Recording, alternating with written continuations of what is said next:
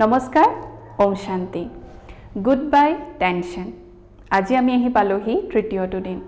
প্ৰথম আৰু দ্বিতীয় দিনত আমি ষ্ট্ৰেছৰ বিষয়ে জানিলো ষ্ট্ৰেছৰ যে আসলতে উৎপত্তি মোৰ দ্বাৰাই হৈছে ময়ে কৰিছো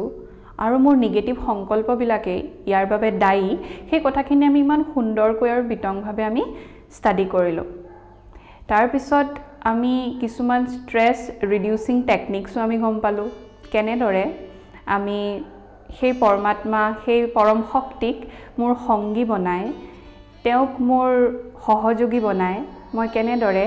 মোৰ বহু সংখ্যক লোডৰ পৰা মই মুক্তি পাব পাৰো মই ৰিডিউস কৰিব পাৰো মোৰ সেই ষ্ট্ৰেছ সেই লোড সেই যেটো ভিতৰৰ হেভিনেস মই হেতুৰ পৰা বহু পৰিমাণে মই মুক্তি পাব পাৰো সেইখিনি কথাও আমি ষ্টাডি কৰিলো বিতংভাৱে এই দুয়োটা ক্লাছতে আপোনালোকক এটা হোমৱৰ্ক দিয়া হৈছিল দুয়ো দিনাই মই ভাবো আপোনালোকে এইখিনি ফলো কৰিছে এইগিটা দিন I am a positive soul আৰু আনটো আছিল I am a peaceful soul এই দুটা যি অনুভূতি পজিটিভিটিৰ অনুভূতি জীৱনৰ প্ৰতিটো পদক্ষেপ যেতিয়া আমি লওঁ প্ৰতিটো পদত এই পজিটিভিটিৰ অনুভূতি পজিটিভ দৃষ্টিকোণৰ এক প্ৰেক্টিস আৰু I am a peaceful soul বাহিৰা পৰিবেশ পৰিস্থিতি যেনেকৈ নহওক কিন্তু নিজৰ যেটো ৰেসপন্স হেতু খুব সুন্দৰকৈ নিজৰ স্বমানত স্থিত হয় মানে নিজৰ স্বধৰ্ম যি শান্তি মোৰ স্বধৰ্ম সেই ধৰ্মত স্থিত হৈ পেলাইহে মই ৰেসপন্সটো দিম এইখিনি আছিল হোমৱৰ্ক প্ৰথম আৰু তৃতীয়টো দিনৰ আজি আমি আহি পালোহি থাৰ্ড ডে আৰু থাৰ্ড ডে কিছুমান কথা আমি সূক্ষ্মভাৱে জানিম আৰু বুজিম আমাৰ লাইফষ্টাইলত আমি কোট কেনেদৰে কিছুমান চেঞ্জেস আনি পেলাই আমি আসলতে ষ্ট্ৰেছৰ পৰা বহু পৰিমাণে আমি মুক্ত হ'ব পাৰো না লাইফষ্টাইল চেঞ্জেস ভেৰি ইম্পৰ্টেন্ট আমি আসলতে সবসুন লাহে লাহে আমি আগবাঢ়িম মেইন যেটো বিষয় আজি ষ্ট্ৰেছৰ মূল যেটো কাৰণ হেতুৱে কিন্তু হৈছে সময়ৰ অভাৱ বা টাইম প্ৰেছাৰ মানে এটা সময়সীমাৰ ভিতৰত গুটেই কামখিনি কৰি শেষ কৰিব লাগিব তাকো নিয়াৰিকে কৰিব লাগিব একদম ফাৰ্স্ট ক্লাস কে কৰিব পাৰিব লাগিব একসেপ্টেবল ৱেট কৰিব পাৰিব লাগিব গতিকে এটো এটা প্ৰেছাৰ সময়সীমা নাথাকা হলে তো মই আৰামছে ঢিলা ঢালাকে একদম ৰিলেক্স কে কৰি থাকিলোহেঁতেন সেইকাৰণে আজিৰ দিনৰ প্ৰতিগৰাকী ব্যক্তিৰে মুখত এষাৰ কথা আমি প্ৰায় শুনা পাওঁ চাবচোন মই বিজি বা আই এম ভেৰি বিজি সময় নাই মোৰ হাতত একেবাৰে বা কেতিয়াবাটো এনে ধৰণেও কোৱা শুনো যে মৰিবলৈও সময় নাই বাকিটো পাছৰে কথা ইমান বিজি আজি আমি গতিকে প্ৰথম আমি কিছুমান এই ধৰণৰ আমি লাইফষ্টাইল হ্যাবিটস কিছুমানৰ বিষয়ে আজি আমি জানিম আৰু বুজিম খুব ডিটেইলিংত জানিম একচুয়ালি কোনো থিওৰিটিক্যাল পাঠদান বুলি নহয় আমি প্ৰ্যাকটিক্যালি নিজৰ লগত ৰিলেট কৰি পেলাই আমি চাম মই ভাবো ইয়াৰ প্ৰতিহাৰ কথাই আপোনালোকে নিজৰ লগত ৰিলেট কৰি চাব পাৰিব অনুভৱ কৰিব পাৰিব এনালাইজ কৰিব পাৰিব গতিকে প্ৰথম যেটো ষ্ট্ৰেছ মেনেজমেন্টৰ কাৰণে কিছুমান যে লাইফষ্টাইল চেঞ্জেস আমি আনিব লাগে একচুয়ালি কৰিব কি লাগে আমি প্ল্যানিং কৰিব পাৰিব লাগিব নিজৰ লাইফটো ফাৰ্স্ট এটা প্ৰপাৰ প্ল্যানিং লাগিব আজি আমাৰ কোনো প্ৰপাৰ প্ল্যানিংই নাই নহয়নে আজি যদি আমি চাও যে যি সকল ভিআইপি বা ভিভিআইপি লোক মানে ভেৰি ইম্পৰ্টেন্ট পাৰসন এই ভিআইপি লোক সকলে কিন্তু তেওঁলোকৰ জীৱনশৈলী গুটেই যেটো দিনজোৰা তেওঁলোকৰ কাৰ্যসূচী থাকে তেওঁলোকৰ প্ৰপাৰলি প্ল্যানড থাকে কিয় কাৰণ কি দে আৰ ভেৰি ইম্পৰ্টেন্ট পাৰসন সেইকাৰণে তো ভিআইপি গতিকে ভিআইপি এজনে নিজৰ বস্তুটো প্ল্যান কৰি ৰাখে যাতে প্ৰতিটো বস্তু সঠিক সময়ত সঠিক ধৰণে তেওঁলোকে কৰিব পাৰে আজি মই নিজকে ভিআইপি বুলি ভাবিছোনে মোৰ ভিতৰত সেই মানসিকতা আছে নে মোৰ গুটেই একচুয়ালি দিনটোৰ প্ৰতিটো মুহূৰ্ত মই খুব সুন্দৰকৈ প্ল্যান কৰিব লাগে যাতে তাৰ পৰা লিকেজ নহওক নতুবা মই গমেই নাপাম 24 ঘণ্টা এটা পাৰ হৈ গ'ল আৰু তাৰ ম্যাক্সিমাম খিনি সময় মই ওয়েস্ট আননেসেসাৰি নেগেটিভ এইবিলাকৰ মাজতে যুজি থাকোতে গ'ল গম নোপোৱাকৈ সেই গতিকে এটা প্ৰপাৰ প্ল্যানিংৰ প্ৰয়োজন এতিয়া তাৰ কাৰণে প্লেনিঙৰ কাৰণেও এটা খুব গুৰুত্বপূৰ্ণ বিষয় যেটোত আমি মন দিবলগীয়া ফাৰ্ষ্ট এণ্ড ফৰমষ্ট হেতু হৈছে আমাৰ টোপনিৰ ওপৰত স্লিপ মেনেজমেণ্ট আপোনালোকে যদি ধ্যান দিয়ে এটা কথা আসলতে আমাৰ ম্যাক্সিমাম টাইম কিহত আমি কটাও জানেনে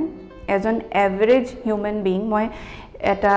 অক্সফোৰ্ড ইউনিভাৰ্চিটিৰ সাইন্টিফিক সোসাইটিৰ এক ষ্টাডি অনুসাৰি কোৱা মই দুই এটা কথা আপোনালোকৰ লগত শেয়াৰ কৰিম এজন এভাৰেজ হিউম্যানে কিমান সময় শুই পেলাই কটায় আহকচোন চাওঁ এই ডায়াগ্ৰামটোৰ জৰিয়তে আসলতে অক্সফোৰ্ড ইউনিভাৰ্চিটিৰ গৱেষকসকলে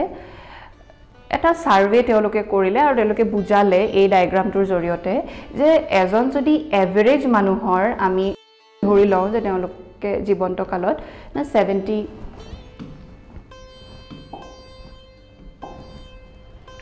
এটা এভাৰেজ যদি তেওঁলোকৰ লাইফ স্পেন আমি ধৰো যে 79 ইয়াৰ্ছৰ তাৰ মানে 79 ইয়াৰ্ছ মানে 28,835 ডেজ ইয়াৰে ভিতৰত according to the survey এজন এভাৰেজ মানুহে কিমান বছৰ শুই পেলাই কটাই জানেনে 79 ইয়াৰ্ছৰ কিমান সময় তেওঁ শুই পেলাই কটাই আজি যদি আমি ষ্টাডি বা সাৰ্ভে কৰো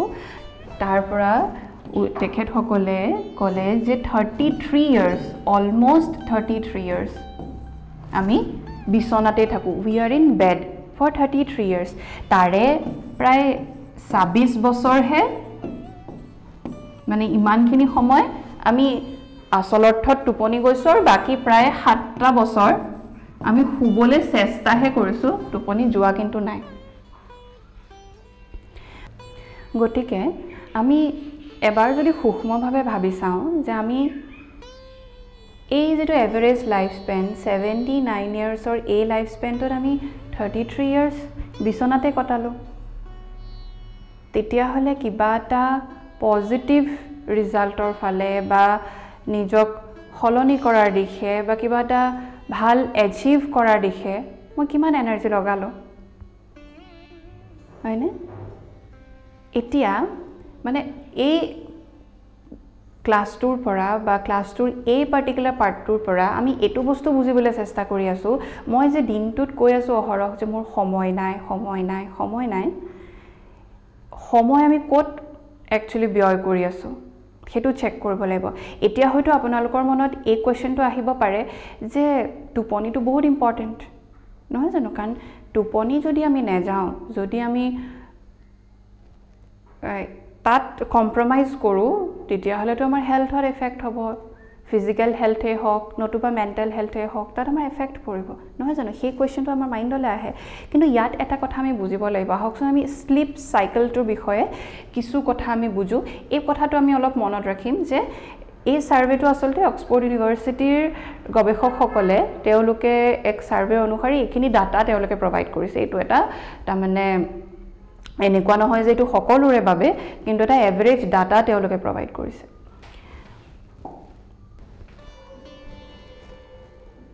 এতিয়া আহকচোন আমি যে এই টোপনি যোৱা সময়ছোৱাত আমি এটা সাইকেলৰ মাজেদি আসলতে পাৰ হওঁ মই ভাবি আছো মই মাত্ৰ বিছনাত শুই আছো কিন্তু নহয় আসলতে মই শুই থাকোতে বিভিন্নটা ষ্টেজৰ মাজেৰে পাৰ হওঁ গতিকে সেই ষ্টেজ গিটা কি অলপমান ষ্টাডি কৰো প্ৰায় আমি টোপনি যোৱা সময়ছোৱাত প্ৰায় 3টাৰ পৰা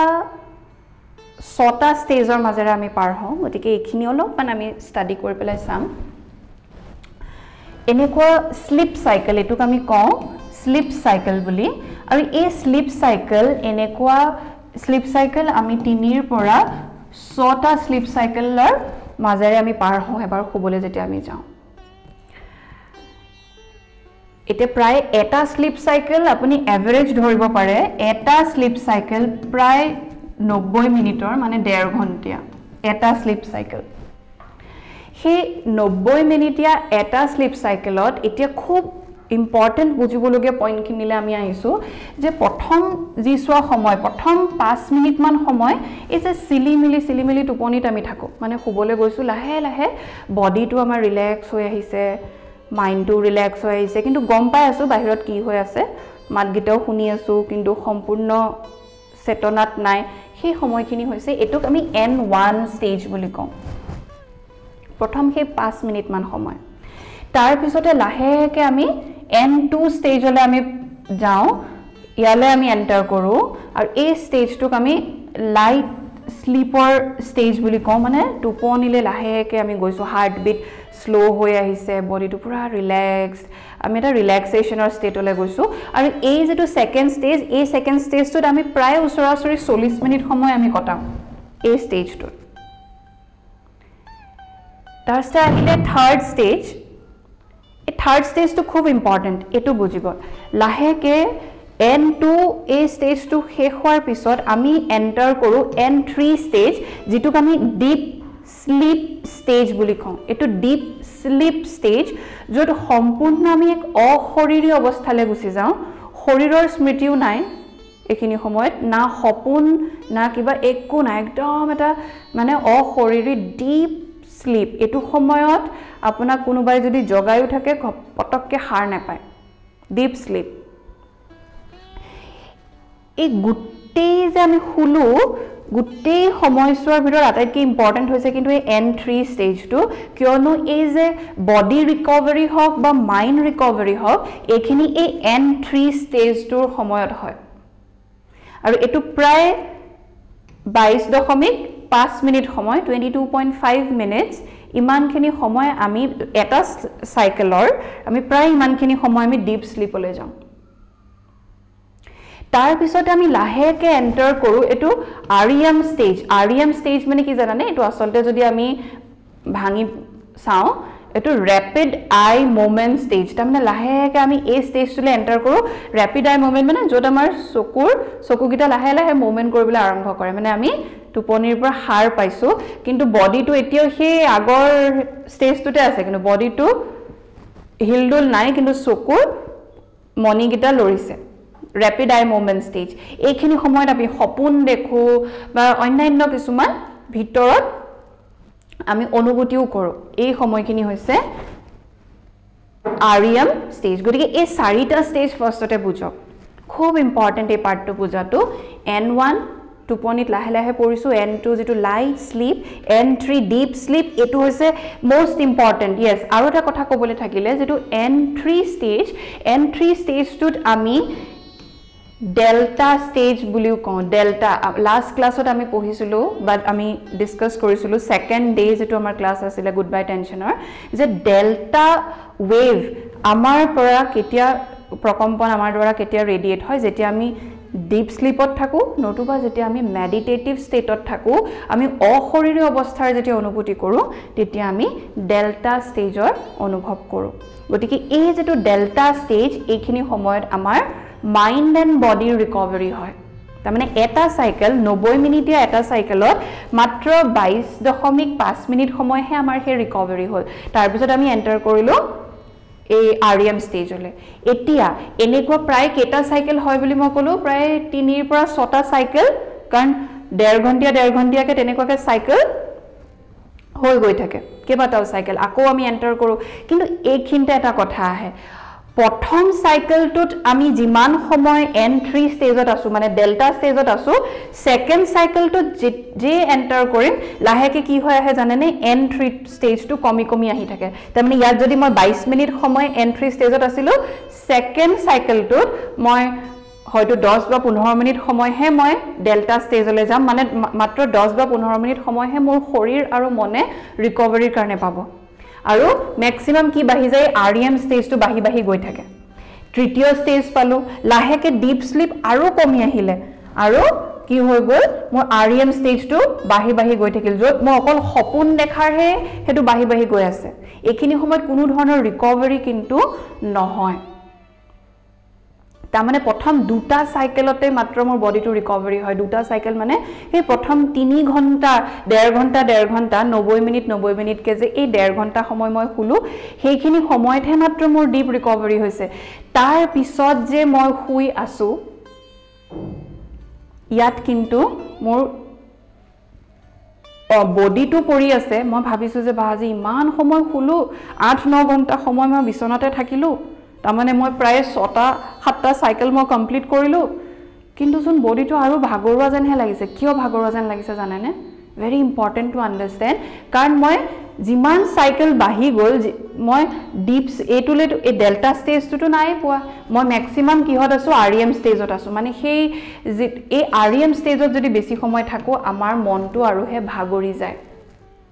ৰিকভাৰি কোনো ধৰণৰ নহয় মই ভাবিছো মই আজি বিছনাত বহুত সময় পৰি আছো কিন্তু ৰিকভাৰিৰ কাৰণে ইমান সময় আমাক নেলাগে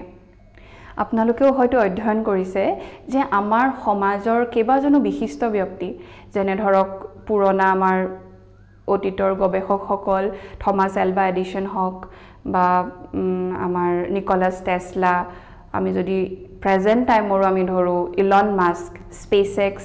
আৰু আমাৰ টেসলা কোম্পানীৰ মালিক আমি ভাৰতবৰ্ষৰো যদি আমি স্টাডি কৰিবলৈ যাওঁ স্বামী বিবেকানন্দ মহাত্মা গান্ধী হক বা আমাৰ ডক্টৰ এপিজে আব্দুল কালাম এখেত সকলৰো জীৱন শৈলীত এটা বস্তু কমন কি জানেনে যে তেওঁলোকে বহুত বেছি সময় নুশুৱে বহুত কম সময় আৰু সেই সময় সোৱাতে তেওঁলোকে কাৰণ এই বস্তুটো অনুভৱ কৰে যে সেই সময়ছোৱাতে তেওঁলোকৰ সেই যেটো বডি ৰিলেক্সেশন মাইন্ড ৰিলেক্সেশন হৈ যায় প্ৰথম দুটা সাইকেলে একচুয়ালি সাফিশিয়েন্ট আমাৰ বডি আৰু মাইন্ডৰ যেটো ৰিকভাৰি বা ৰিলেক্সেশনৰ কাৰণে এটো কাৰণে তেওঁলোকে ইলন মাস্কৰ যদি আপোনালোকে ইন্টাৰভিউ চাই তেওঁ এটোৱে কয় যে মোৰ কামে ইমান আছে কৰিবলৈ মই এনে অনৰ্থক ইয়াত সময় মই ব্যয় কৰিব নোৱাৰো গতিকে ইয়েস এই যেটো আমাৰ তাৰমানে সাইকোলজি আমি যে ভাবি থাকো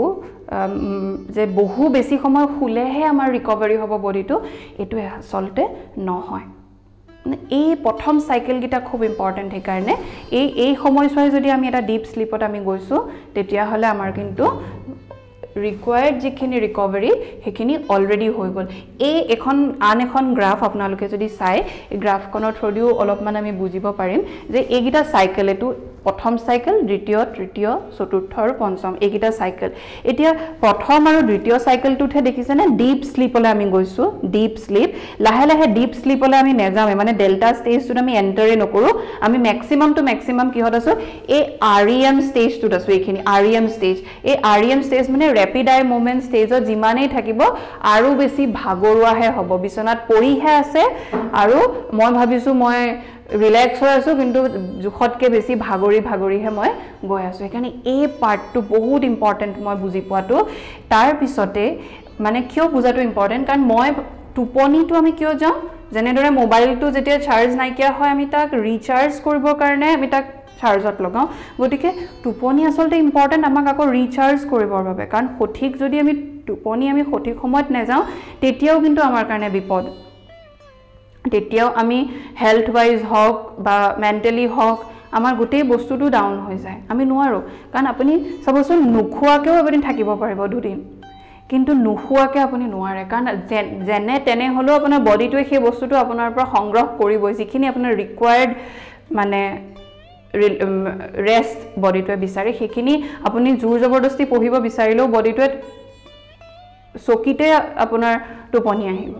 গতিকে ৰিকোয়াৰ্ড খিনি ভেৰি ইম্পৰ্টেন্ট ৰিচাৰ্জৰ কাৰণে কিন্তু তাতকে অধিক নহয়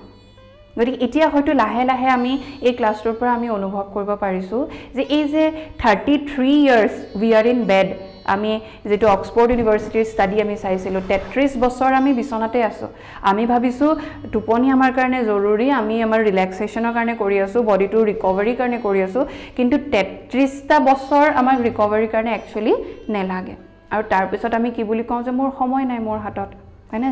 তাৰ পিছত মই কওঁ যে ইমান প্ৰেছাৰ মোৰ ওপৰত গতিকে কাৰণে টাইম মেনেজমেন্ট যেটো আজি পাৰ্ট আমি চাইছো টাইম মেনেজমেন্টৰ কাৰণে প্ৰথমতে যেটো মোস্ট ইম্পৰ্টেন্ট পাৰ্ট হৈছে টু স্লিপ মেনেজমেন্ট এখিনি বহুত ইম্পৰ্টেন্ট যে আমি যেটো আমাৰ পুৰণা এখাৰি কথা আমি প্ৰত্যেকই জানো যে early to bed early to rise keeps a man healthy wealthy and wise গতিকে যেটো আমাৰ একচুয়ালি বডি সাইকেলৰ লগত ন্যাচাৰালি আমাৰ মিলে নেচাৰ যেটো সময়ত প্ৰকৃতিয়ে যেটো সময়ত হাৰ পায় প্ৰকৃতিয়ে যেটো সময়ত আসলতে সূৰ্য অস্ত হয় সেই ধৰণে যদি আমি আমাৰ সাইকেলটো চলাও তাৰ লগত যদি মিলাই পেলা আমি চলাব পাৰো তেতিয়া ডেফিনেটলি কি হয় যে আমি অটোমেটিক্যালি আমাৰ প্ৰতিটো স্লিপ সাইকেলত আমি সাফিশিয়েন্ট সময় আমি বডিটোক ৰিকভাৰি কাৰণে দিব পৰা হওঁ নতুবা সেই ৰিকভাৰি টাইমটো যেটো ডেল্টা ষ্টেজটো আমি বহুত কম পাওঁ বিছনাতহে পৰি আছো মাত্ৰ সেই কাৰণে খুব ইম্পৰ্টেন্ট আৰু এটা বস্তু ইয়াত মই ক'ব বিচাৰিম যে এই যেটো অশৰীৰী স্থিতিৰ কথা আমি আগতেও ডিসকাস কৰিছো যেটো আমি মেডিটেশনত ৰাজযোগ মেডিটেশনৰ যেটো মূল বিষয় কিয়নো ৰাজযোগ ধ্যানত আমি প্ৰথম বস্তু এটোই শিকো যে মই কোন আপোনালোকে যদি 7 দিনীয়া প্ৰশিক্ষণৰ এই ভিডিও গিটা চাইছে তেতিয়া হলে এই কথাখিনি বিতংভাৱে আপোনালোকে গম পাব যে মই আসলতে কোন মই এক শক্তি এক এনাৰ্জি মই এক আত্মা যোনে শৰীৰটো পৰিচালনা কৰি আছে মই এই শৰীৰটো নহয় মই অকল শাৰীৰিক স্মৃতিৰ ইমান দিনে কটাই আছো মই বডি এই স্মৃতিটোত মই কটাই আছো সেই গতিকে বহুতখিনি এনাৰ্জিটা ড্ৰেইন আউট হৈ যায় গতিকে যেতিয়া মই এই শাৰীৰিক স্মৃতিটোৰ পৰা আতৰি যেতিয়া মই এই স্মৃতিটোত থাকো যে মই এই শৰীৰটোক পৰিচালনা কৰা মই এক শক্তি মই আত্মা আৰু সেই শক্তিটো কিন্তু অসীম তাত এনাৰ্জিৰ অভাৱ নাই গতিকে মই যদি সেই স্মৃতিটোত থাকো তেতিয়া মোৰ এনাৰ্জিটো ড্ৰেইন আউট নহয় মানে বাহিৰলে এনে ক্ষয় নহয় মোৰ এনাৰ্জি তেতিয়া কনজাৰ্ভ হয়